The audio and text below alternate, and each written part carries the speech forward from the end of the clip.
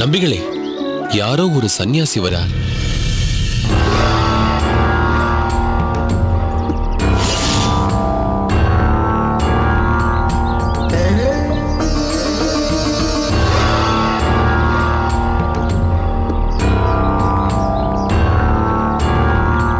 நமஸ்காரம்.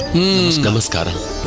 என்ன திருக்கட்சி, மாலை கேட்டால் தரமாட்டேன் என்று சொன்னீர்களாமே? அடியேன் உங்களுக்கு தரமாட்டேன் என்று சொல்வேனா?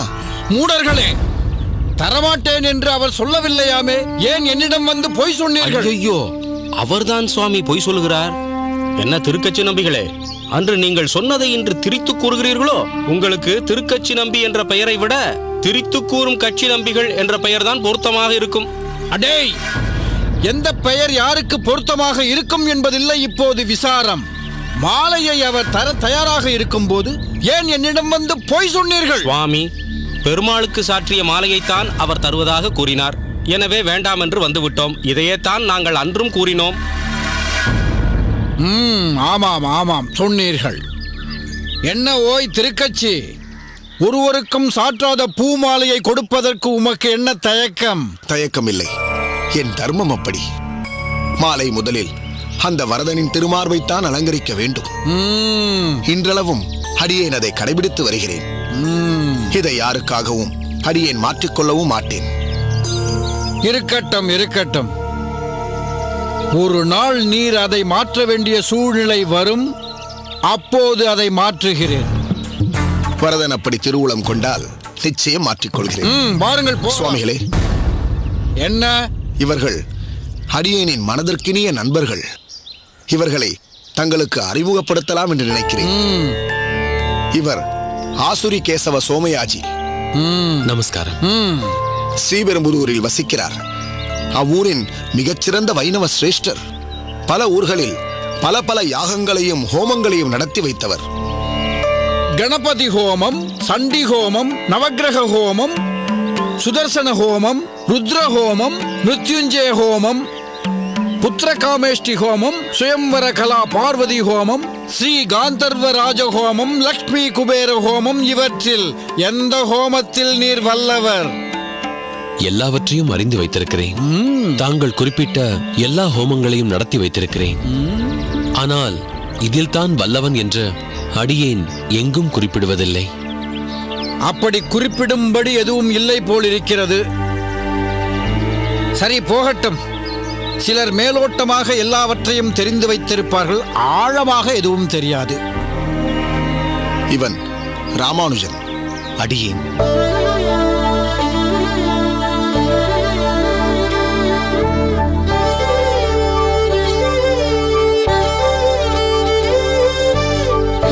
இவரின் பேர் சொல்ல பிறந்த பிள்ளை. படிப்பில் மிகவும் கெட்டிக்காரன். ஸ்ரீபெரும்புதூர் பாடசாலையில் படிக்கிறார்.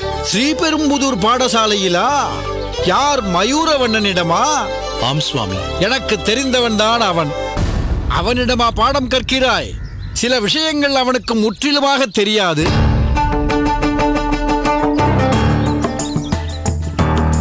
அதர்வண வேதத்தில் அவன் அரைகுறைதான். உன் துரதிர்ஷ்டம் நீ அவனிடம் பயில்வது. திருப்பூட்குழியில் என் பாடசாலைக்கு வந்து பார், உன் பார்வை கோணமே முற்றிலுமாக மாறிவிடும். ஆகட்டும் சுவாமி, நிச்சயம் ஒரு நாள் வருகிறேன்.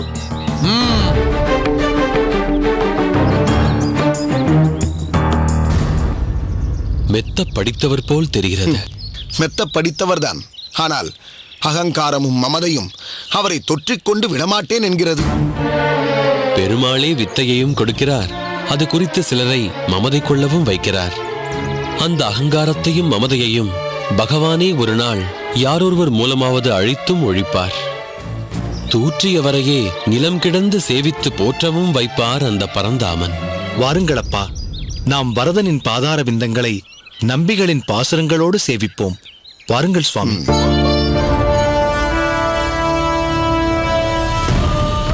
வேத விற்பன்னர் யாதவ பிரகாசர் வாழ்க வாழ்க.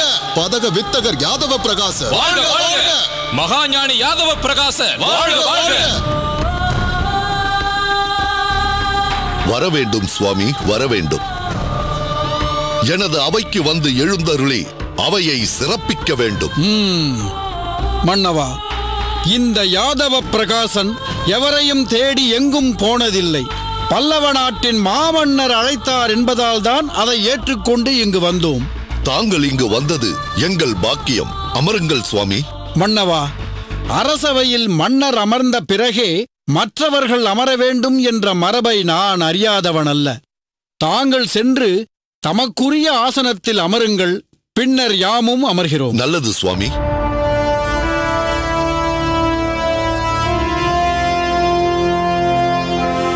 அனைவரும் அமருங்கள். அவையோர்களே, நமது காஞ்சியம்பதி பல திருக்கோயில்களும் பல்வேறு சமய மடங்களும் நிறைந்தது என்பதை நீங்கள் எல்லோரும் அறிவீர்கள். ஆயினும் நாம் அனைத்திற்கும் பொதுவாக சமய சமரச நோக்கோடு ஒவ்வொன்றிற்கும் அவரவர்கள் தேவைக்கேற்ப என்ன செய்ய வேண்டுமோ அதை செய்து கொண்டிருக்கிறோம். இருப்பினும் அவற்றுள் சில மடங்கள் தான் சிறப்பாக செயல்பட்டு வருகின்றன. அவற்றினுள் மிக சிறப்பாக செயல்பட்டு வருவது இன்று நம்மிடையே எழுந்தருளியிருக்கும் யாதவ பிரகாசர் சுவாமிகள் மடம்தான் என்பது குறிப்பிடத்தக்கது. அவர் மடத்தில் உள்ள பாடசாலையில் பல அரிய விஷயங்கள் புதிய முறையில் கற்பிக்கப்படுகின்றன என்று அறிந்து நான் வியந்து போனேன். அதனால்தான் அவரை தரிசித்து ஒரு முக்கியமான விஷயத்தை பற்றி அவரது அறிவுரையை கேட்க வேண்டும் என்று விரும்பி அழைப்பு விடுத்தேன். அவரும் அதை ஏற்றுக்கொண்டு இங்கு வருகை புரிந்திருக்கிறார். அவர் இந்த அவைக்கு எழுந்தருளியதால் அவையே புனிதமடைந்தது. சுவாமி, தாங்கள் ஒரு சில வார்த்தைகள் சொல்லி அருள வேண்டும். அவையோர்களே, நமது மாமன்னர் எந்த அளவிற்கு நாட்டில் நடப்பவைகளையெல்லாம் கூர்ந்து கவனிக்கிறார் என்பதை இன்றுதான் புரிந்து கொண்டேன். மன்னரே சொன்னது போல் பல சமயங்கள் இடம்பெற்றிருக்கும் இந்த காஞ்சியில் எமது சம்பிரதாயத்தை மதித்து எம்மை அழைத்திருப்பது ஏன்? நந்திக் கொடியை ஏந்தியவர் அல்லவா நமது மாமன்னர். அதனால்தான் எம்மிடம் ஈடுபாடு கொண்டு எம்மை அழைத்திருக்கிறார். மன்னவா, தாங்கள் எமக்கு அழைப்பு விடுத்த போதே ஏதோ ஒரு முக்கியமான விஷயத்தை பற்றி பேசுவதற்காகத்தான் இருக்க வேண்டும் என்று உணர்ந்து கொண்டேன். இப்போது தாங்களும் அதை பற்றி அவையிலேயே எடுத்துரைத்தீர்கள். அது என்ன விஷயம் என்று சொன்னால் நாம் மேற்கொண்டு அதை பற்றி விரிவாக பேசலாம். சுவாமிகளே, தொண்டை நன்னாடு சான்றோர் உடைத்து என பெருமை கொண்டது நமது பல்லவ சாம்ராஜ்யம். பூவேஷு ஜாதி, புருஷேஷ விஷ்ணு, நாரீஷு ரம்பா, நகரேஷு காஞ்சி என்று பாராட்டப்பட்டது நமது தலைநகரான காஞ்சியம்பதி. இத்தகைய சிறப்பு வாய்ந்த கலைவளம் மிகுந்த இந்த நாட்டில் இன்று மழை வளம் இல்லாமல் போய்விட்டது. வெளுத்திருக்கும் வானம் கருத்த மேகங்களை காணாமலே போய்விடுமோ என்று சந்தேகமாக இருக்கிறது. பயிர்களே இல்லாமல் நிலமெல்லாம் பாலம் பாலமாக வெடித்து விட்டது. நாடெங்கும் கடுமையான வறட்சி ஏற்பட்டிருக்கிறது. இந்த நிலை இப்படியே நீடித்தால் மக்கள் பசி பசி என்று பஞ்சத்தால் நெஞ்சம் வெதும்பி தவிக்கும் நிலை வந்துவிடுமோ என்று அஞ்சுகிறேன். அத்தகைய அச்சம் தங்களுக்கு தேவையில்லை மன்னவா. இப்போது தங்களுக்கு என்ன வேண்டும்? தொண்டை மண்டலம் எங்கும் பரவி இருக்கும் வறட்சி மாற வேண்டும். அதற்கு மழை வர வேண்டும். வேறென்ன வேண்டும்? இதற்காகவா இப்படி கலங்கி போனீர்கள்? என்னை தாங்கள் முன்னமே அழைத்து இதை பற்றி பேசியிருந்தால் இந்நேரம் பல்லவ நாடெங்கும் பரவலாக மழை பொழியும்படி செய்திருப்பேனே.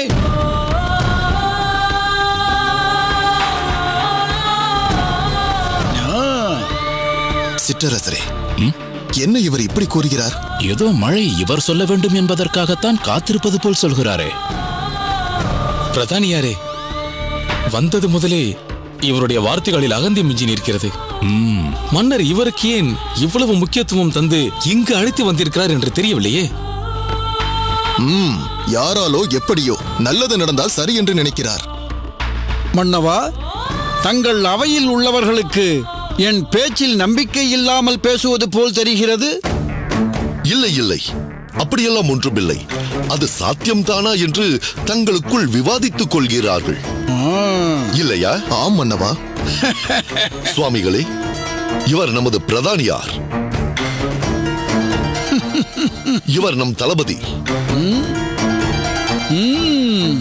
மற்றவர்கள் எல்லாம் நமது பேரரசுக்கு கட்டுப்பட்ட சிற்றரசர்கள், நிர்வாகிகள். அவரவர் பகுதியில் நிலவும் வறட்சியை பற்றி சொல்லி அதற்கு ஏதேனும் நிவாரணம் கேட்டு வந்திருக்கிறார்கள். தாங்கள் பல்லவ நாடெங்கும் பரவலாக மழை பொழிய செய்ய முடியும் என்று சொன்னதை கேட்டு வியந்து போய்விட்டார்கள். அது எப்படி சாத்தியமாகும் என்பதை தாங்கள் தான் விளக்கி அருள வேண்டும்.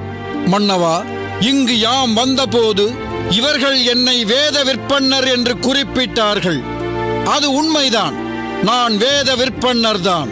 அந்த வேதங்கள் 4 என்பதும் அவற்றில் ஒன்று யஜுர்வேதம் என்பதும் தங்களுக்கு தெரியும் அல்லவா? தெரியும் சுவாமிகளே. அந்த வேதத்திற்கு ஏன் அந்த பெயர் வந்தது என்று தங்களுக்கு தெரியுமா? அது தெரியாது சுவாமிகளே. இப்போது தெரிந்து கொள்ளுங்கள். யாகம் என்பதை யஜ்ஞம் என்று சொல்வதுண்டு. அப்படிப்பட்ட பல யஜ்ஞங்களை பற்றி சொல்வதால் அதற்கு யஜுர்வேதம் என்ற பெயர் ஏற்பட்டது. அவற்றுள் மழையை தரும் வருணனை நினைத்து யாகம் செய்தால் நிச்சயம் மழை பொழியும். யாகம் என்பதை யஜ்ஞம் என்று சொல்வதுண்டு. அப்படிப்பட்ட பல யஜ்ஞங்களை பற்றி சொல்வதால் அதற்கு யஜுர்வேதம் என்ற பெயர் ஏற்பட்டது. அவற்றுள் மழையை தரும் வருணனை நினைத்து யாகம் செய்தால் நிச்சயம் மழை பொழியும். உண்மையாக சொல்கிறீர்கள்? இதற்கு கூட ஒரு யாகம் இருக்கிறதா? அதன் பலனாக மழை பொழியுமா? தாங்கள் சொல்வது நடக்குமா? சுவாமிகளே, தங்கள் வார்த்தைகள் எங்களுக்கு பெரும் நம்பிக்கையை ஏற்படுத்துகின்றன. அத்தகைய அற்புதமான யாகத்தை செய்யக்கூடியவர்கள் யார் இருக்கிறார்கள்? இந்த யாதவ பிரகாசன். இங்கே நான் இருக்கும் போது வேறு யார் வந்து யாகம் செய்ய வேண்டும் மன்னவா? நான் யாகம் செய்து ஆணையிட்டால் சமுத்திரராஜன் தன்னிடமுள்ள நீரை எல்லாம் எடுத்துச் செல் என்று வானில் இருக்கும் மேகங்களை அனுப்பி வைப்பான். அந்த மேகங்களுக்கு தலைவனான இந்திரன் அவற்றையெல்லாம் கொண்டு வந்து தொண்டை மண்டலமெங்கும் நிரப்பி வைப்பான். மழைக்கு அதிபதியான வருணன் விரிந்து கிடக்கும் பல்லவ நாடெங்கும் பரவலாக மழை பொழிய வைப்பான். நான் வாவென்று கூப்பிட்டால் மழை கொட்டும். ஆஹா சுவாமிகளே, இப்பொழுதே அந்த வாடை காற்றை சுவாசிப்பதைப் போல் தோன்றுகிறது. மழையின் குளுமை தேகத்தை சிலிர்க்கச் செய்வது போன்ற உணர்வை எனக்கு ஏற்படுத்துகிறது. அந்த யாகத்தை எங்கு எப்படி செய்ய வேண்டும் என்று தயவு செய்து கூறுங்கள். அதற்கு தேவையான எல்லாவற்றையும் உடனே ஏற்பாடு செய்து தருகிறேன். சற்று பொறுங்கள் மன்னவா. அந்த யாகத்தை நான் செய்ய வேண்டும் என்றால் எனது நிபந்தனை ஒன்றை தாங்கள் ஏற்றுக்கொள்ள வேண்டும்.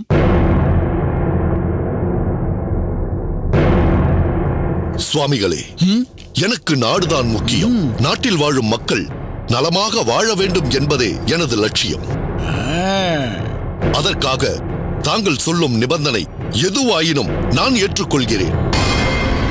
சொல்லுங்கள், என்ன நிபந்தனை?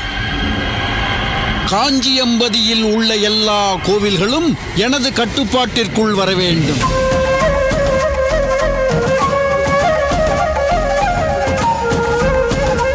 அங்கங்கு நடப்பவை அனைத்தும் எனது நேரடி பார்வையில் நடக்க வேண்டும். கோயில் சம்பந்தமாக நான் எந்த முடிவு எடுத்தாலும் தாங்கள் அதில் தலையிடக்கூடாது. என்ன சொல்கிறீர்கள் மன்னவா? இவ்வளவுதானே? அவ்வாறே ஆகட்டும். கோயில்கள் சம்பந்தமான எல்லா அதிகாரங்களையும் இப்பொழுதே தங்களுக்கு வழங்குகிறேன்.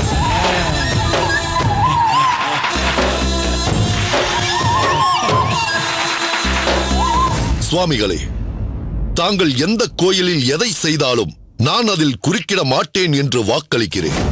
இது போதும் மன்னவா, இது போதும். யாகம் நடத்துவதற்கான பணிகளை இப்போதே தொடங்கி விடுகிறேன். சுவாமிகளே, அந்த யாகத்தை எந்த கோயிலில் நடத்த வேண்டும் என்று தீர்மானித்து விட்டீர்களா? தங்களோடு உரையாடும் போதே அதற்குரிய கோவிலை தேர்ந்தெடுத்து விட்டேன். அது எந்த கோயில் என்பதை என்னிடம் சொல்லலாம் அல்லவா? தாங்கள் தானே உடனிருந்து நடத்தி வைக்கப் போகிறவர். தங்களுக்கு தெரியாமல் இருக்கலாமா? அத்திகிரி வரதர் கோவில்தான் நமது யாகத்திற்காக தேர்ந்தெடுத்திருக்கும் கோயில். ஆச்சரியமாக இருக்கிறது. தாங்கள் அந்த கோயிலை தேர்ந்தெடுத்ததற்கு ஏதேனும் காரணம் உண்டா? நிச்சயமாக அதற்கு ஒரு காரணம் உண்டு மன்னவா. பிரம்மதேவர் யாகம் செய்து அத்திமரத்தில் வரதனை எழுந்தருளச் செய்த இடம் அதுதான். அதுதான் பின்னர் அத்திகிரி என்று அழைக்கப்பட்டது. அந்த வரதர் 40 ஆண்டுகள் நீரில் மூழ்கி இருக்க அதன் பின்னர் அவரை கொண்டு வந்து பூஜை புனஸ்காரங்கள் செய்யப்படுகின்றன. பிரம்மாவே யாகம் செய்த இடமானதால் அந்த அத்திகிரிதான் நமது யாகத்திற்கும் பொருத்தமான இடம் என்று தீர்மானித்தேன். தங்கள் விருப்பம் அதுவானால் அவ்விதமே செய்யுங்கள். மன்னவா, அந்த கோயிலில் யாகப் பணிகளை தொடங்கிய பிறகு நான் சில விஷயங்களுக்கு தடை போட நேரிடும். தாங்கள் அதை பற்றி எதுவும் கேட்க மாட்டேன். நான் ஒரு வாக்குறுதி தந்துவிட்டால் அதிலிருந்து ஒருபோதும் மீற மாட்டேன். நல்லது. கோயில்களின் பராமரிப்புகளை நானே மேற்கொள்ளப் போவதால் அவற்றுக்கும் யாகப் பணிகளுக்கும் நிறைய பொருட்செலவாகும். அதனால் எனது அரண்மனையில் உள்ள கருவறை பெட்டகத்தையே திறந்து வைக்கச் சொல்கிறேன். எவ்வளவு வேண்டுமானாலும் எப்பொழுது வேண்டுமானாலும் எடுத்துக் கொள்ளுங்கள். பிரதானியாரே, தாங்களே உடனிருந்து சுவாமிகள் கேட்பதை செய்து கொடுங்கள். ஆகட்டும் மன்னவா. நம்மை நாடி வந்திருக்கும் சிற்றரசர்களுக்கும் அவர்கள் கேட்கும் உதவியை அவரவரின் தேவைக்கேற்ப செய்து கொடுங்கள். ஆணை மன்னவா. சுவாமிகளே, இது போன்ற வறட்சி நிவாரணங்கள் வழங்கும் நிலை ஏற்படாமல் மழை பொழிந்து நாடு செழிக்க தாங்கள் தான் வழிகாட்ட வேண்டும். நான் கேட்டதை நீங்கள் செய்கிறேன் என்று சொல்லிவிட்டீர்கள். அதனால் நீங்கள் கேட்டதை நான் நிச்சயம் செய்து காட்டுவேன். எல்லா ஏற்பாடுகளையும் முழுமையாக செய்துவிட்டு யாகம் தொடங்குவதற்குரிய நல்ல நாளை குறித்தனுப்புகிறேன் மன்னவா. அவ்வாறே செய்யுங்கள். அந்த நல்ல நாளுக்காக நான் ஆவலோடு காத்திருப்பேன். தளபதியாரே, மன்னா, சுவாமிகளை நமது விருந்தினர் மாளிகையில் தங்க வைத்து உபசரித்து அனுப்புங்கள். உத்தரவு மன்னா. சுவாமிகளே, நான் தங்களை பிறகு சந்திக்கிறேன். மிக்க மகிழ்ச்சி. நன்றி.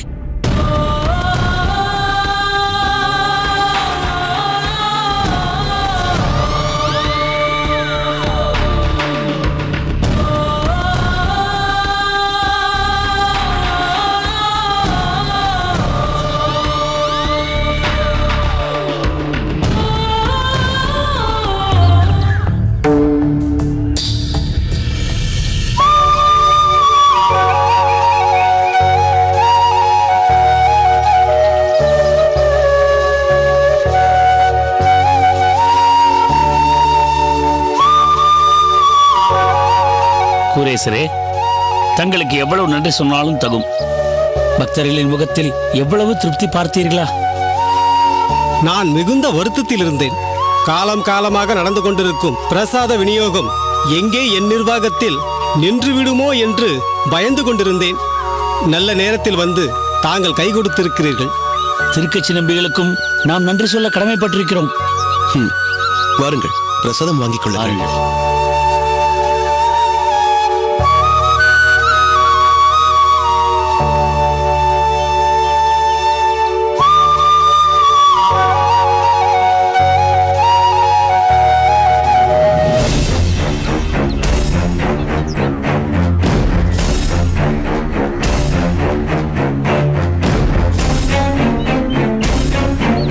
என்ன இது? ஏன் பிரசாதம் வாங்குவதை தடுக்கிறீர்கள்? இங்கு பிரசாதம் கொடுக்க கூடாது என்பது ஆணை. அதை மீறி பிரசாதம் கொடுத்துக் கொண்டிருக்கிறாயே, உனக்கு என்ன தைரியம்? ஒரு நற்காரியம் நடக்கக்கூடாது என்று கூட யாராவது ஆணையிடுவார்களா? அது நற்காரியமோ துர்காரியமோ எங்களுக்கு தெரியாது. இங்கே பிரசாதம் கொடுக்க கூடாது என்றால் கொடுக்க கூடாது. இதற்கு மேலும் ஏதேனும் பேச வேண்டும் என்றால் இந்த ஆணையை மன்னர் மூலம் பிறப்பித்தவரே வந்து கொண்டிருக்கிறார். அவரிடமே பேசிக்கொள்.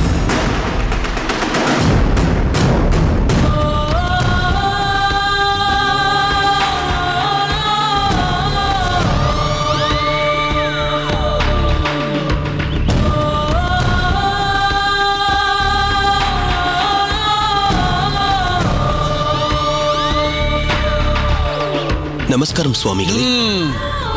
நீதான் கூரேசனோ? ஆமாம் சுவாமி. பூரத்தில் அன்னதானம் பிரமாதமாக நடந்து கொண்டிருக்கிறது அல்லவா? மிக நன்றாக நடந்து கொண்டிருக்கிறது. அதை போய் கவனி. அனாவசியமான விஷயங்களில் மூக்கை நுழைக்காதே. என்ன பட்டரே, கோவில் அதிகாரியின் துணையோடுதான் இதெல்லாம் நடக்கிறதா? உங்கள் இருவருக்கும் மன்னரின் ஆணை என்னவென்று தெரியாதா? அதற்கில்லை சுவாமி. மன்னரிடமிருந்து வந்த ஓலையை நீங்கள் மதிக்கவில்லை, அப்படித்தானே? என்ன பார்த்து கொண்டு நிற்கிறீர்கள்? எல்லோரையும் போகச் சொல்லுங்கள். சற்று நெல்லுங்கள். வரிசையில் நிற்பவர்களுக்கு மட்டுமாவது கொடுத்து விடலாமே. இவ்வளவு பிரசாதத்தையும் வீணடிக்க வேண்டுமா? அதை பற்றி எல்லாம் எனக்கு கவலை இல்லை. நான் இட்ட ஆணையை மீறுவது குற்றம். அதை ஒருபோதும் நான் ஒப்புக்கொள்ள மாட்டேன். விரட்டுங்கள். செல்லுங்கள். அனைவரும் இங்கிருந்து செல்லுங்கள். விரைவாக செல்லுங்கள். செல்லுங்கள்.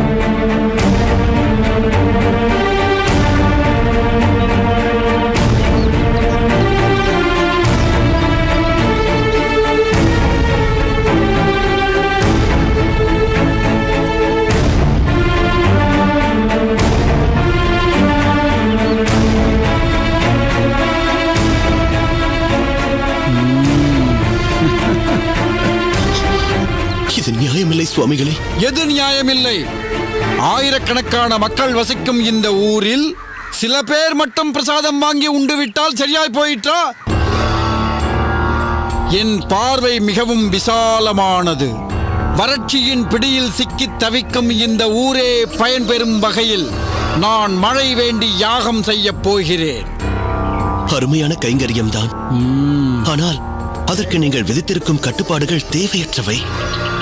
எது தேவையானது, எது தேவையற்றது என்று சகல வித்தைகளையும் கற்றறிந்த இந்த யாதவ பிரகாசருக்கு நீ சொல்லித் தர வேண்டாம். நான் யாகத்திற்கு நாள் குறித்தாயிற்று. அன்று வந்தால் வருணன் என் யாகத்திற்கு கட்டுப்பட்டு எப்படி மழையை பொழிகிறான் என்பதை நீ பார்க்கத்தான் போகிறாய். அப்போது எது தேவையானது, எது தேவையற்றது என்று நீயே புரிந்து கொள்வாய். அப்போது பொழியும் மழையில் நனைந்து ஊர் கூடி குதூகலிக்கப் போகிறதே. அன்று இப்படிப்பட்ட ஒரு மகா புருஷனின் ஆணைக்கு எதிராக நடந்துவிட்டோமே என்று வெட்கி தலைகுனியப் போகிறாய்.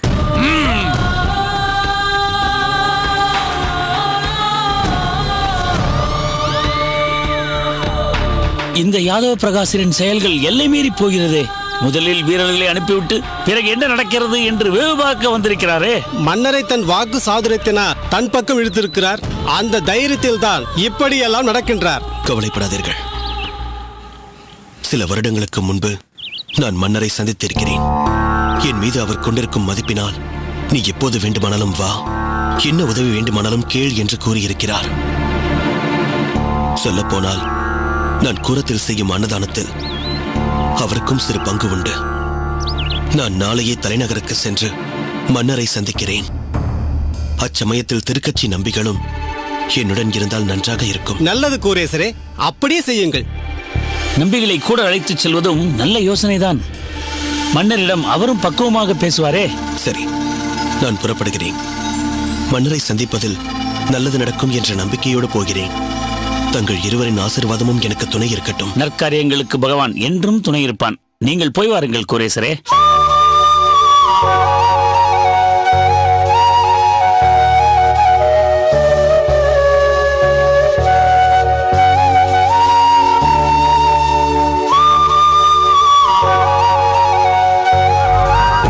நம்பிகளே, அடியேன் அன்னதானத்தின் போது யாதவ பிரகாசர் காவலர்களோடு வந்து தடுத்தது பற்றி தாங்கள் கேள்விப்பட்டிருப்பீர்கள். கேள்விப்பட்டேன். யாதவ பிரகாசர் வெகு பிடிவாதமாக மக்களின் பசியை பற்றியும் பிரசாதம் வீணாவதை பற்றியும் தனக்கு கவலையே இல்லை என்று சொல்லிவிட்டார். பிரசாதத்திற்காக ஆவலோடு காத்திருந்த பக்தர்களை ஈவு இரக்கம் இல்லாமல் காவலர்களை கொண்டு துரத்தியும் விட்டார். அன்னத்தை வீணாக்குவது விரும்பத்தக்கதல்ல. பக்தர்களை பசியுடன் விரட்டி அடித்ததும் அவருக்கு அழகல்ல. ஆனால் மன்னரின் ஆணை என்றல்லவா இதையெல்லாம் செய்திருக்கிறார். இப்படி ஒரு ஆணையை பிறப்பிக்க மன்னருக்கு எப்படி மனம் வந்தது என்றுதான் தெரியவில்லை. மன்னன் என்பவர் மெத்த படித்தவராகவும் கல்வி கேள்விகளில் சிறந்தவராகவும் வில்வித்தை வாழ்வித்தை போன்றவற்றில் பயிற்சி பெற்றவராகவும் மக்களை ஆள்வதில் அறிவுள்ளவராகவும் அதில் வல்லவராகவும் இருக்க வேண்டும் என்பது விதி. இதில் நிச்சயம் நம் மன்னரும் விதிவிலக்கல்ல. ஆனாலும் கற்றது கைமண்ணளவுதானே. சில விஷயங்களில் நிபுணர்களை அணுக வேண்டியதாகிவிடுகிறது. அப்படித்தான் மக்களின் சுபீட்சத்தை மனதில் கொண்டு யாதவ பிரகாசரை மன்னர் அணுகியிருக்கிறார். ஆனால் இந்த நிபுணர்கள் சில சமயங்களில் மன்னரை தவறாக வழிநடத்தி சுயலாபம் பார்ப்பவர்களாக அமைந்து விடுவதுண்டு. யாதவ பிரகாசரும் அப்படித்தானோ என்ற ஒரு ஐயம் அடியேனின் மனதில் இல்லாமல் இல்லை. தங்களின் ஐயம் உண்மையானதுதான். கோயில்களில் அன்னதானம் நடப்பதும் பகவானை தரிசிக்க வரும் பக்த கோடிகளுக்கு பெருமாளுக்கு கண்டருள பண்ணப்பட்ட பிரசாதத்தை விநியோகிப்பதும் தொன்று தொட்டு நடந்து கொண்டு வரும் நற்காரியம். அது கூடாது என்று சொல்வது மனித தன்மையே அல்ல. அதிகாரம் கையில் வந்து விட்டதால் ஏற்பட்ட மமதை அது. தேளுக்கு அதிகாரம் கொடுத்தால் அது கொட்டத்தானே செய்யும். தான் அதிகாரம் கொடுப்பது ஒரு தேளுக்கு என்று மன்னர் அறிந்திருக்க மாட்டார். நான் ஒன்று செய்யலாம் என்றிருக்கின்றேன். சொல். நம் மன்னருக்கு அடியேன் பரிச்சயமானவன். அப்படியா? ஆமாம். அப்படி ஒரு சந்தர்ப்பம் சில வருடங்களுக்கு முன்பு எனக்கு வாய்த்தது. ஒரு முறை எங்கள் பண்ணையில் வேலை செய்பவரை கள்வன் என்று தவறாக எண்ணி சிறையில் அடைத்த போது அவர் குற்றமற்றவர் என்று நிரூபிக்க வேண்டி நான் மன்னரை சந்தித்தேன். அந்த பெரியவரை விடுவிக்கவும் விடுவித்தேன்.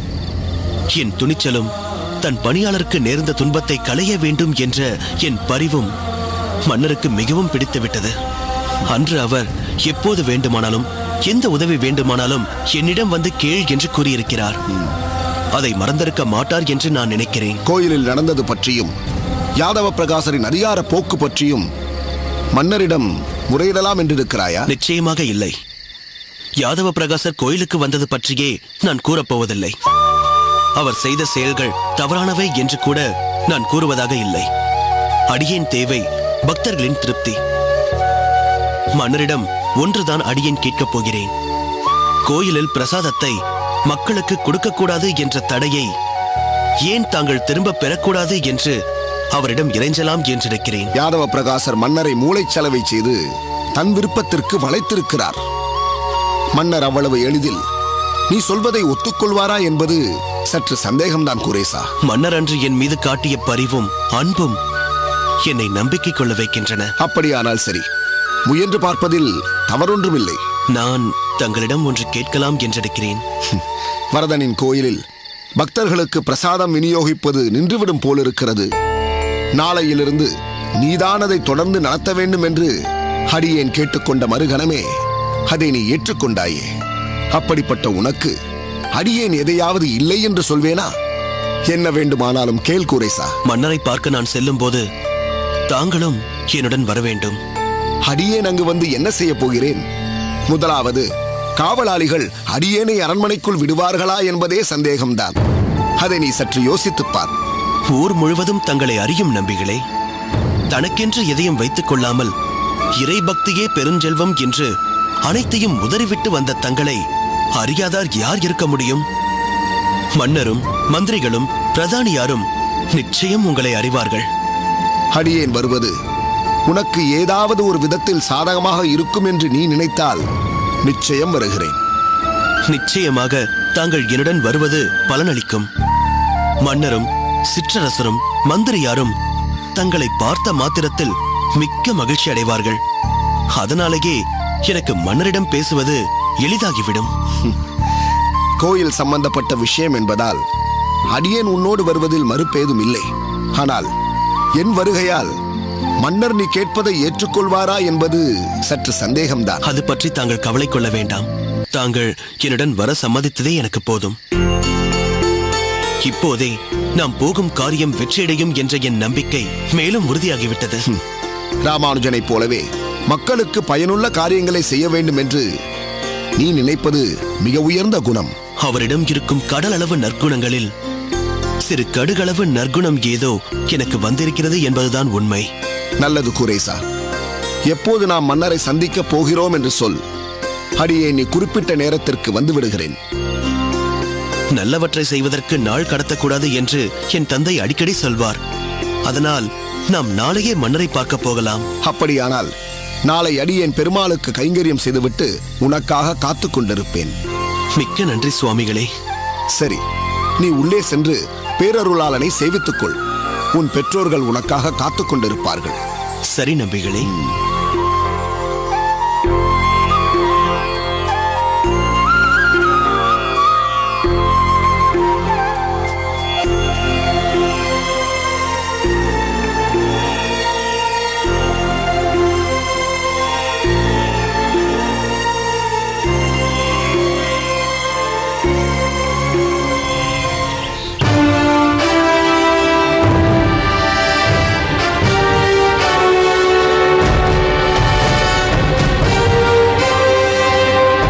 காஞ்சியில் அமர்ந்து வாஞ்சியுடன் ஆட்சி புரிந்து வரும் பல்லவ சக்கரவர்த்திக்கு எங்கள் பணிவான வணக்கம். வா குரேசா, நான் உன்னை சிறு பிராயத்தில் பார்த்திருந்தாலும் இப்போது உன்னை பார்த்தவுடனே புரிந்து கொள்ள முடிகிறது. தூரத்திலிருந்து வந்திருப்பவர் என்று சொன்னவுடனே அது நீயாகத்தான் இருக்க வேண்டும் என்று நினைத்தேன். உன்னுடைய அன்னதான பணி தொடர்ந்து நடந்து கொண்டிருக்கிறதா? ஒரு நாள் கூட இடைவெளி இல்லாமல் பகவானின் கருணையால் தொடர்ந்து அதை நடத்தி கொண்டிருக்கிறேன் மன்னவா. அதிலும் அந்த அன்னதான சேவைக்காக தாங்கள் மானியம் கொடுக்க முன்வந்த பிறகு அவை அறுசுவை அமுதமாக அனைவருக்கும் வழங்கப்படுகிறது. தானங்களில் எல்லாம் சிறந்தது அன்னதானம். பசி என்று வருவோர்க்கு புசி என்று அன்னமிடுவதற்கு நிகராக வேறு எதுவும் இல்லை. அணையா அடுப்பு மூட்டி இரவு பகல் என்று பாராமல் அதை நீ செய்து வருகிறாய் என்று கேட்டு நான் எவ்வளவு மகிழ்ந்து போனேன் தெரியுமா? தங்கள் வாக்கால் இதை கேட்கும் போது மனதுக்கு நிறைவாக இருக்கிறது. சரி குரேசா, இவர் யார் என்று சொல்லவில்லையே? தங்களிடம் அதை சொல்ல காத்திருந்தேன். இவர்தான் திருக்கச்சி நம்பிகள். காஞ்சியில் உள்ள பொறு அதற்கு மேல் நீ எதுவும் சொல்ல தேவையில்லை. இவரை பற்றி நான் நிறைய கேள்விப்பட்டு இருக்கிறேன். இது இந்த அடியேனுக்கு கிடைத்த பாக்கியம் அல்லவா? பல்லவ நாட்டின் சக்கரவர்த்தி இந்த அடியேனின் பெயரை அறிந்திருக்கிறார் என்பதை கேட்கும்போது என்னால் அதை நம்பக்கூட முடியவில்லை. ஏன் இப்படி நினைக்கிறீர்கள்? நாட்டின் மன்னவனான நான் எனது நாட்டில் வாழும் சான்றோர் பெருமக்கள், செந்தமிழ் புலவர்கள், வேத விற்பனர்கள், சைவநெறி சீலர்கள், வைஷ்ணவ அடியார்கள் என்று அனைவரை பற்றியும் அறிந்திருக்க வேண்டுமல்லவா? அதிலும் தாங்களோ பூவிருந்த வள்ளியில் இருந்து காஞ்சியம்பதி வரதராஜ பெருமாளுக்கு புஷ்ப கைங்கரியம் செய்வதற்கென்றே நந்தவனம் அமைத்து அதிலிருந்து மலர்களை பறித்து மாலையாக தொடுத்து அதை அந்த பெருமாளுக்கு அணிவித்து சேவை புரிபவர் அல்லவா? அதிலும் தாங்கள் அந்த வரதனோடு உரையாடுபவர் என்று கூட சிலர் சொல்லி கேள்விப்பட்டிருக்கிறேன். இப்படிப்பட்ட மகாபாகவதர் நமது காஞ்சியில் இருக்கிறாரே என்று நான் பெருமைப்பட்டிருக்கிறேன். இதுவும் அந்த வரதனின் கருணைதான் மன்னவா. குரேசா, நான் உன்னிடம் எப்போது எந்த உதவி வேண்டுமானாலும் என்னை வந்து பார் என்று சொல்லியிருந்தேன். ஆனால் நீ இன்று வரை எதற்காகவும் எப்போதும் வந்ததில்லையே. இன்று இத்தனை ஆண்டுகளுக்கு பின் என்னை காண வேண்டும் என்று வந்திருக்கிறாய் என்றால் நிச்சயம் அதற்கு ஒரு காரணம் இருக்க வேண்டும். அது என்னவென்று சொல். நான் நடத்தும் அன்னதான பணியை பற்றி தங்களுக்கே தெரியும். அதை விரிவுபடுத்தி காஞ்சி வரதராஜ பெருமாள் கோயிலிலும் அன்னதான சேவையை செய்து அதை தொடர்ந்து நடத்தி வந்தேன். நல்ல காரியம். அதற்கு என் உதவி ஏதேனும் வேண்டுமா? இப்போது நான் தந்து கொண்டிருக்கும் மானியத்தை விட அதிகமாக வேண்டுமா? அதற்கான அவசியம் ஏதும் ஏற்படவில்லை மன்னவா. ஆனால் அந்த அன்னதான பணி தொடர்ந்து நடப்பதற்கு தாங்கள் அனுமதி அளித்தால் போதும். ஏன்? அதில் என்ன பிரச்சனை? அன்னதானம் நடந்து கொண்டிருந்த நேரத்தில் சில வீரர்கள் வந்து இங்கு இனி அன்னதானம் நடக்கக்கூடாது என்று தடுத்து விட்டார்கள். பாதி பேர் வாங்கிச் சென்று அங்கங்கு அமர்ந்து உண்டு கொண்டிருக்க மீதி பேர் வரிசையில் காத்திருக்கும் நிலையில் வந்து பிடிவாதமாக யாருக்கும் உணவு தர விடாமல் செய்துவிட்டார்கள். பாவம் அவர்கள். வேண்டிய உணவு அங்கு இருந்தும் யாருக்கும் பசி நீக்க பயன்படாமல் போய்விட்டது. மன்னவா, இதற்கெல்லாம் என்ன காரணம் என்று தங்களுக்கே புரிந்திருக்கும். யாதவ பிரகாசர் சொல்லித்தான் அவர்கள் வந்து அப்படி கடுமையாக நடந்து கொண்டார்கள். இங்கு இப்போது இருப்பவர்கள் வரைக்குமாவது உணவை தந்து விடுகிறோம் என்று வேண்டினோம். இதற்கு மேல் ஒருவருக்கு கூட ஒரு பருக்கை அன்னம் கூட தரவிடாதீர்கள், அனைத்தையும் பறித்துச் சென்று வீதியில் கொட்டிவிடுங்கள் என்று சொல்லிவிட்டார் யாதவ பிரகாசர். மன்னர் அவருக்கு கோயில்கள் சம்பந்தப்பட்ட சகல அதிகாரங்களையும் வழங்கி இருப்பதால் அதை மீறி எங்களால் எதுவும் செய்ய முடியாது என்று கூறிவிட்டார்கள் வீரர்கள். அவர்கள் சொன்னது உண்மைதான் குரேசா. யாதவ பிரகாசருக்கு அப்படி ஒரு அதிகாரத்தை நான் தான் வழங்கினேன். இந்த அளவிற்கு கோயில்களில் புகுந்து அதன் செயல்பாடுகளில் தலையிடும் அளவிற்கு மன்னர் ஏன் அவருக்கு அதிகாரம் தந்தார் என்று நீங்கள் யோசிக்கிறீர்கள் இல்லையா? நம் நாட்டில் சில வருடங்களாக மழையே இல்லை என்பது உங்களுக்கு நன்றாக தெரியும். வர்க்கடம் என்று சொல்லக்கூடிய கடுமையான வறட்சி இன்று நாடு முழுக்க நிலவி வருகிறது. இந்த நிலையில் இதற்கெல்லாம் ஒரே விடிவு என்ன? நீரின்றி அமையாது உலகு என்பது போல் மழை பொழிந்து நாடு செழிக்க வேண்டும் என்பதுதானே? உண்மைதான் மன்னவா. யாதவ பிரகாசரை பற்றி அறிந்து அவரை தரிசித்து உரையாடிய போது நான் யாகம் நடத்தினால் மழை பொழியும் என்றார். அப்படி ஒரு அற்புதம் நடந்தால் அவரால் இந்த தொண்டை மண்டலம் முழுவதும் நலம் பெறுமே. பல்லவ சாம்ராஜ்யத்தின் புகழ் பாரெங்கும் ஓங்கி நிற்குமே. உடனே அதை செய்யுங்கள் என்று நான் வேண்டிக் கொண்டேன். ஆனால் அதற்கு அவர் ஒரு நிபந்தனை விதித்தார். நிபந்தனையா? தங்களுக்கா? எனக்கல்ல. தான் செய்யப்போகும் யாகம் முழுமையாக பலன் கொடுக்க வேண்டும் என்றால் அதற்கென சில நிபந்தனைகளை நான் ஏற்க வேண்டும் என்றுதான் சொன்னார். அவை என்னவென்று கேட்டபோதுதான் காஞ்சியில் உள்ள அனைத்து கோயில்களும் தனது கட்டுப்பாட்டிற்குள் வர வேண்டும் என்றார். அத்தோடு எந்த கோயிலில் எதை செய்தாலும் என்னை கேட்டுத்தான் செய்ய வேண்டும். எனக்கு விருப்பமில்லாத செயலை எவர் செய்தாலும் அதை தடுத்து நிறுத்தும் உரிமை தனக்கு வேண்டும் என்றார். இப்போதுள்ள சூழ்நிலையில் அவர் விதிக்கும் நிபந்தனையை மறுக்கும் நிலையில் நான் இல்லை. யாதவ பிரகாசர் என்ன செய்தால் என்ன? அவரால் மழையை வருவிக்க முடியும் என்றால் அதற்காக எதையும் தரலாம் என்று அவர் கேட்ட சகல அதிகாரங்களையும் தந்துவிட்டேன். ஏன்? யாகங்களால் பலன் ஏற்படும் என்ற நம்பிக்கை உங்களுக்கு இல்லையா? நாங்கள் அப்படி சொல்லவில்லை மன்னவா. மழை வேண்டி யாகம் செய்வதற்கும் கோயிலுக்கு வரும் பக்தர்களுக்கு அன்னதானம் செய்வதற்கும் எந்த சம்பந்தமும் இல்லையே. அதைத்தான் சொல்ல வருகிறோம். அன்னதானத்தை பெற்று வயிறார உண்டவர்கள் வாயார வாழ்த்தினால் அதுவே நாடு செழிக்க ஒரு காரணமாக அமையுமே. யாகத்திற்கும் இதற்கும் எந்த சம்பந்தமும் இல்லையே மன்னவா. யாதவ பிரகாசர் சொன்னார் என்பதற்காக அன்னதானத்தை நிறுத்திவிட்டால், அந்த மக்கள் மனம் நொந்து ஏதாவது சொல்லிவிட்டால் அதுவே கூட தீங்காக அமைந்து விடுமே. யாதவ பிரகாசர் ஒரு பக்கம் தான் சொன்னபடி சிறப்பாக யாகம் நடத்தட்டும், கூரேசன் ஒரு பக்கம் அன்னதானம் நடத்தட்டுமே. அன்னதானத்தை உண்டு மக்கள் மிகுந்த பக்தி சிரத்தையோடு பயிறு குளிர்ந்து யாகத்தை கண்டு துதித்து அதன் நோக்கம் நிறைவேற வேண்டும் என்று வாயார மனதார அவர்களும் வாழ்த்துவார்களே. நம்பிகளே, அருமையாக விளக்கம் சொன்னீர்கள். தங்களை பற்றி நான் கேள்விப்பட்டதெல்லாம் எந்த அளவிற்கு உண்மை என்பதை தாங்கள் நிரூபித்து விட்டீர்கள். ஆனால் என்ன மன்னவா? அன்னதானம் தருவதை தடுக்கும் போது அங்கு வரும் சில பக்தர்கள் பாதிக்கப்படுவார்கள் என்பதை நானும் ஏற்றுக்கொள்கிறேன். ஆனால் மழை பொழிந்து நாடு செழித்து யாரும் அன்னதானத்தை எதிர்பார்க்க அவசியமில்லை என்ற நிலை உருவானால் அதை கண்டு அவர்களும் மகிழத்தானே செய்வார்கள்.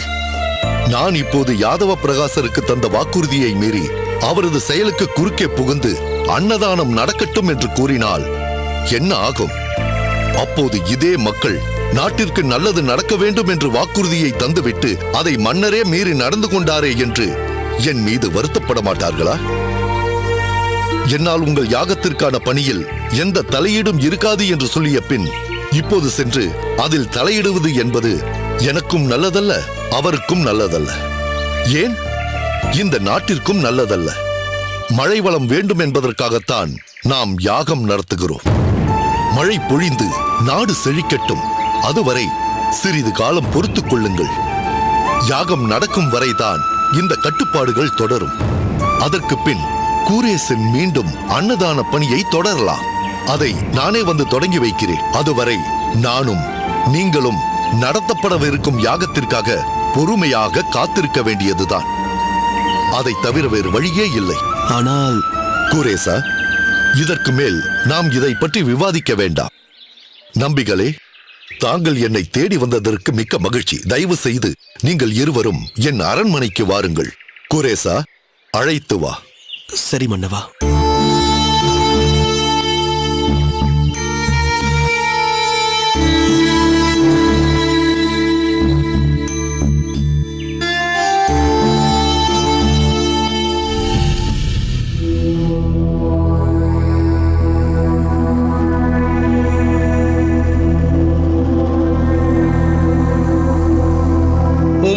பார்த்தால் ஏதோ யோசித்துக் கொண்டும் யாரையோ எதிர்பார்த்து கொண்டும் இருப்பது போல் தெரிகிறது. மெதுவாக பேசும் ஐயா. குருநாதர் உள்ளே இருக்கிறாரா?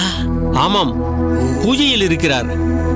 உன்னையும் என்னையும் இங்கே காவலுக்கு நிற்கச் சொன்னார். நீ ஏன் இன்னும் வரவில்லை என்றும் என்னிடம் கேட்டார். அதனால் தான் நீ வருகிறாய் என்று வாசலை பார்த்து அது கொண்டேன். வேறு ஒன்றுமில்லை. இன்று யோக பயிற்சியை சற்று அதிகமாக செய்து விட்டேன். அதனால் காலதாமதமாகிவிட்டது. யோக பயிற்சியா? அது எதற்கு? மனம் திடப்பட வேண்டாமா? அதற்காகத்தான். உனக்கும் எனக்கும் எதற்கு மனம் திடப்பட வேண்டும்? வயிறு திடப்பட்டால் போதும். அதற்கு ஏதாவது பயிற்சி இருக்கிறதா? அப்படி என்றால் மனம் திடப்பட வேண்டாம் என்கிறீரா? இப்போது மனம் எதற்கு திடப்பட வேண்டும் என்கிறாய்? நம் குருநாதர் உதிர்க்கும் கடும் சொற்களை தாங்க மனப்பக்குவப்பட வேண்டாமா? அப்படியா? நடக்கட்டும் நடக்கட்டும், பயிற்சி தொடர்ந்து நடக்கட்டும். சீடர்களே, என்ன என்ன இங்கே முணுமுணுப்பு? ஒன்றுமில்லை சுவாமி. ஒன்றுமில்லையா? ஏதோ பயிற்சி என்று என் காதில் விழுந்ததே. ஓ, அதுவா? சாஸ்திர ஆராய்ச்சிகளில் பயிற்சி எடுத்துக்கொள்ள வேண்டும் என்று சொன்னான் இல்லையா கைலாசம்? ஆமாம் ஆமாம். உங்களுக்கு எதற்கு ஒத்துவராத விஷயத்தில் பயிற்சியும் முயற்சியும்? உங்களுக்கு சுலபமாக உள்ள பயிற்சி வாய்க்கும் கைக்கும் தான். அதை விட்டால் பரிமாறிய இலையை நன்றாக வழித்து துடைப்பது எப்படி என்ற பயிற்சி. உண்மையாய் அதை பற்றி தானே பேசிக் கொண்டிருந்தீர்கள்? தங்களுக்கு பாம்பு செவி குருதேவா. பாம்புக்கு ஏதடா செவி? ஆனால் இந்த யாதவ பிரகாசனின் செவி இப்பிரபஞ்சத்தில் நிறைந்திருக்கும் ரிஷிகளின் மந்திரங்களையும் கேட்கும் சக்தியுடையது. அதை நீங்கள் உணரவில்லையா? இனி உணர்ந்து கொள்வோம் குருதேவா. நல்லது. சரி, நம் கட்டுப்பாட்டில் உள்ள கோவில்களில் குழப்பங்களோ சச்சரவுகளோ இன்றி பணிகள் நடைபெற்று வருகின்றதா? நமக்கு அங்கு போன பின் தான் குழப்பமே ஏற்படும். அதன் பிறகுதான் சச்சரவு ஆரம்பிக்கும். மறுபடியும் என்ன உங்களுக்குள்?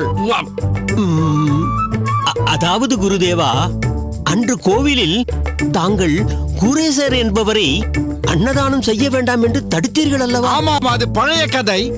கூரேசன் மட்டுமல்ல, என்னிடம் எந்த முன் அனுமதியும் இன்றி சத்காரியம் என்ற பெயரில் எக்காரியங்கள் நடப்பதையும் நான் அனுமதிக்க மாட்டேன். குருதேவா, ஒரு சின்ன சந்தேகம். என்ன?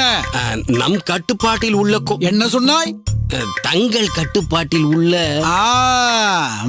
மேலே சொல்ல வந்ததை சொல். தங்கள் கட்டுப்பாட்டில் உள்ள கோயில்களில் நல்ல காரியங்கள், அன்னதானம் எல்லாம் நடந்தால் உங்களுக்குத்தானே அந்த நற்பெயர் வந்து சேரும். முட்டாள், ஏதும் புரிந்து கொள்ளாமல் பிதற்றாதே.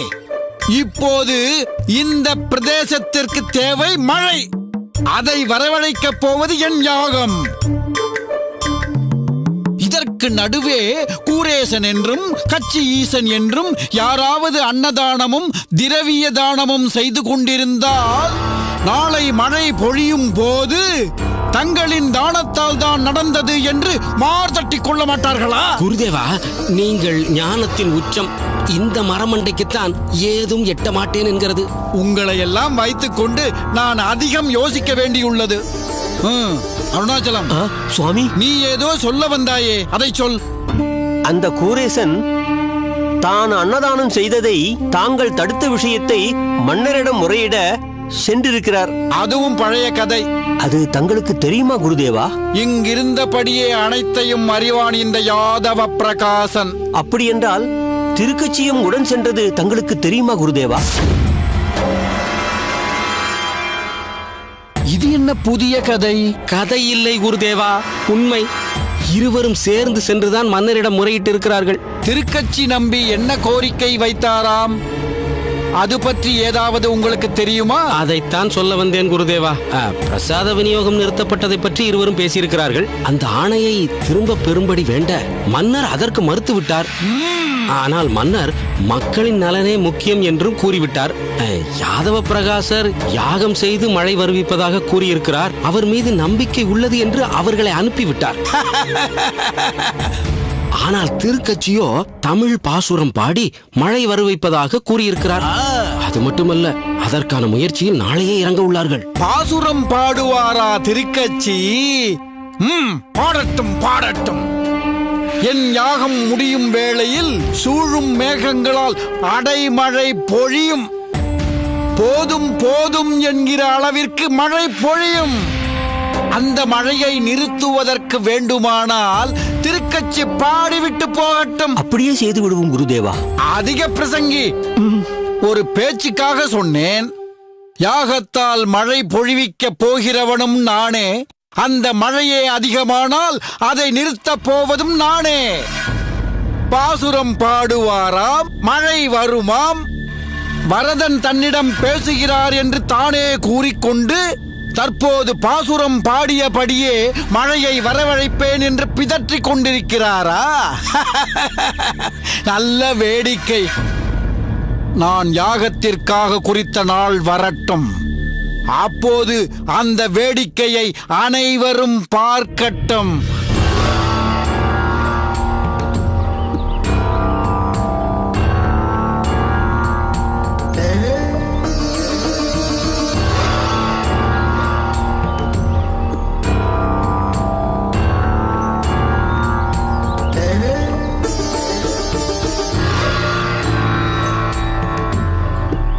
கைலாசம், இங்குதான் திருக்கச்சி மழையை வரவழைக்கப் போகிறாராமா? நம் குருநாதர் நொடிக்கொரு தரம் உன்னை அறிவிலி என்று ஏன் திட்டுகிறார் என்று இப்போது புரிந்துவிட்டது. நான் அறிவார்த்தமாகத்தானே பேசுகிறேன். என்னை ஏன் அறிவியலி என்று அழைக்கிறாரோ என்றுதான் எனக்கும் விளங்காமல் இருந்தேன். உனக்கு புரிந்துவிட்டதா? ஏன் அப்படி அழைக்கிறாரா? இப்போது என்ன கேட்டாய்? ஏன் இங்குதான் திருக்கச்சி மழையை வரவழைக்கப் போகிறாராமா என்று கேட்டேன். அறிவிலி, இங்கு மட்டுமா திருக்கச்சி மழையை வரவழைப்பார்? ஊர் முழுக்க மழையை வரவழைப்பார். ஞான கொழுந்தே! குருதேவா. சுவாமி, யார் சுவாமி? பின் வேறு யாரடா? நீதானடா என் ஞான கொழுந்து. அடியேன். பாசுரம் பாடி மழையை வரவழைக்க முடியாது என்று ஊர் முழுவதும் நான் சொல்லிக் கொண்டிருக்கிறேன். நீ திருக்கச்சி மழையை வரவழைப்பார் என்று சொல்லிக் கொண்டிருக்கிறாய், உளறிக் கொண்டிருக்கிறாய். விசிறி வீசடா, புழுக்கமாக இருக்கிறது. ஐயோ, இது என்ன சோதனை குருதேவா? இதில் என்னடா சோதனை இருக்கிறது? புழுக்கமாக இருந்தால் மழை வரும் என்று சொல்லுவார்கள். இப்போது தாங்களே புழுக்கமாக இருக்கிறது என்கிறீர்கள். அப்படி என்றால் மழை வரும் என்றுதானே அர்த்தம். உன் திருவாயை கொஞ்சம் மூடிக்கொள்கிறாயா? வா என் பின்னால். வாருங்கள் சுவாமி. என்ன திருக்கச்சி, உமக்கே உன் மீது நம்பிக்கை இல்லையா? நீர் பாடி மழை கொட்டென்று கொட்டப் போகிறது என்றால் ஒரு மண்டபத்தின் கீழல்லவா நின்றிருக்க வேண்டும். இப்படி திறந்த வழியில் நின்றிருக்க மாட்டாயே. மன்னிக்க வேண்டும். பாசுரம் பாடி பொழிய போகும் மழை பகவானின் அருட்பிரசாதம். அதில் பரவசத்துடன் நனைய வேண்டும். நனையாமல் அடியேனை பாதுகாத்துக் கொள்வது பகவானின் பிரசாதத்தை வேண்டாம் என்று சொல்வது போலாகும். பகவானின் பிரசாதம் பக்தனுக்கு கிடைக்கக்கூடாது என்ற குறுகிய எண்ணம் அடியேனுக்கு இல்லை. ஓ, நீர் அங்கே வருகிறீரா? சரி சரி, நாளை என் யாகத்தின் வழியே வருண பகவானை வரவழைத்து விடுவேன் அல்லவா? அப்போது என் கட்டுப்பாடுகள் எவ்வளவு முக்கியமானவை என்பதை நீர் புரிந்து கொள்வீர். பாசுரமாம், பாடுவாராம், மழை கொட்டுமாம். காலை நேரத்தில் கடும் குளிரில் கழுத்தளவு தண்ணீரில் நின்று கொண்டு மணிக்கணக்கில் வேதத்தை பாராயணம் செய்த இந்த வேத வித்தின் வேத கோஷத்திற்கு மழை கொட்டாமல் வெறும் பாசுரத்திற்கு மழை வந்துவிடுமா என்ன? மன்னிக்க வேண்டும் சுவாமி. தமிழ் பாசுரங்களை சிறுமைப்படுத்தி பேசுவது தங்களை போன்றவர்களுக்கு அழகல்ல. ஒன்றை சிறுமைப்படுத்தி தங்களை உயர்த்திக் கொள்வது விரும்பத்தக்கதல்ல. நிரூபித்து காட்டு கூரேசா, உன் தரப்பை நிரூபி, பிறகு பேசிக்கொள்வோம். என்ன திருக்கச்சி, பாசுரத்தை ஆரம்பிக்க இன்னும் அவகாசம் வேண்டுமோ? ஒருவேளை கருமேகங்கள் சூழ்ந்த பிறகுதான் ஆரம்பிப்பீரோ? இல்லை, அடியேன் சித்தமாக இருக்கிறேன். தங்கள் முன் பாசுரத்தை பாடி மழையை வரவழைக்க வேண்டும் என்றுதான் அடியேன் காத்திருக்கிறேன். தாங்கள் வேண்டுமானால் மண்டபத்திற்கு சென்று அமர்ந்து கொள்ளுங்கள். வேண்டாம், நான் இங்கேயே இருக்கிறேன். ஒரு துளி மழை கூட என் மீது விழாது என்று எனக்கு நம்பிக்கை இருக்கிறது. உனக்கு நம்பிக்கை இல்லை என்றால் நீ பாடு.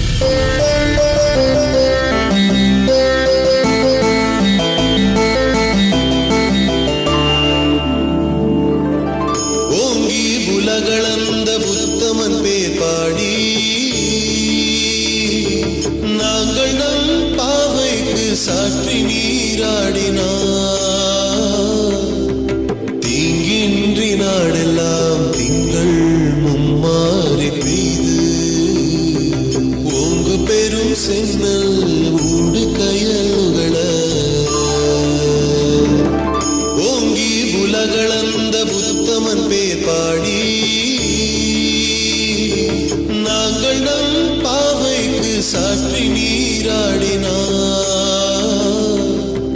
தீங்கின்றி நாடெல்லாம் திங்கள் மும்மாறி பெய்து ஓங்கு பெரும் சென்னல் ஊடு கயலுகள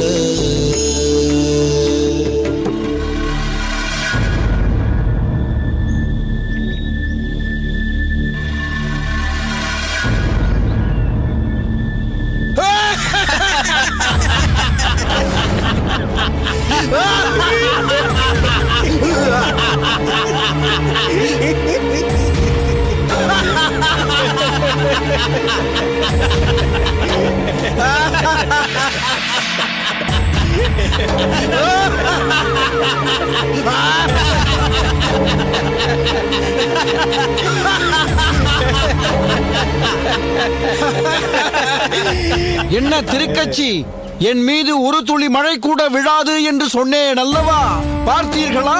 பலித்து விட்டது. எங்கே மழை? என்ன பித்தலாட்டம் இதெல்லாம்? இதில் நான் பிரசாதத்தை தடுத்தது பற்றி வாய்க்கிழிய பேசினீர்.